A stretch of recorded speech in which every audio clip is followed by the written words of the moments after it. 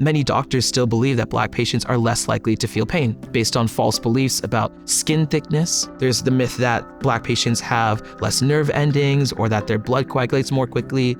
My name is Joel Bervell. I'm a fourth-year medical student, but online I'm better known as a medical Mythbuster for creating short-form content about racial biases in medicine and the ways that healthcare needs to change to be more inclusive for all populations. Let's talk about the racialization of X-ray radiation. Did you know that artificial intelligence can actually exacerbate healthcare disparities? There's a racial adjustment in a common prenatal screening blood test. I started creating content in the midst of the COVID pandemic. At the time, I was thinking a lot about what it meant to be part of a field where less than 5% of physicians are Black, and also what it just meant to be able to have a voice. And then I learned about pulse oximeters. This is a pulse oximeter. It measures your blood oxygen saturation level, but studies have shown that it doesn't treat all skin tones equally. A recent study found that pulse oximeter differences were associated with Black, Asian, and Hispanic patients receiving less supplemental oxygen than white patients. I was so shocked that I had never learned this, and so that was my first video that I posted.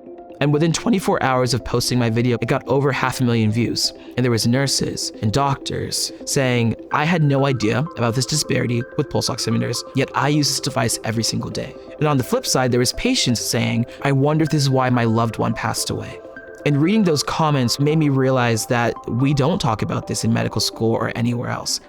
So for me, one of the big things I'm trying to do is connect how the socio-political and economic factors of the world that impact race connect to these larger systemic issues of health. In medical school, for example, I often heard that Black patients are more likely to get asthma, but we never talked about the socio-political reasons why, where it's actually nothing to do with race, but had everything to do with the fact that redlining led to Black communities to be closer to factories. And so really what I'm trying to do is highlight the research that's out there that shows that the way we're thinking about it is wrong. Authors estimate that without this disparity, Black patients receiving additional help would have increased from 17.7 to 46. With every video that I'm creating, they're all 30 to 90 seconds, but my goal is to talk as if I'm speaking to my mom, my brother, someone who I love, and I know that I would want them to have this information so that when they go to the doctor, they feel as if they have a little bit more autonomy in understanding what's happening to them.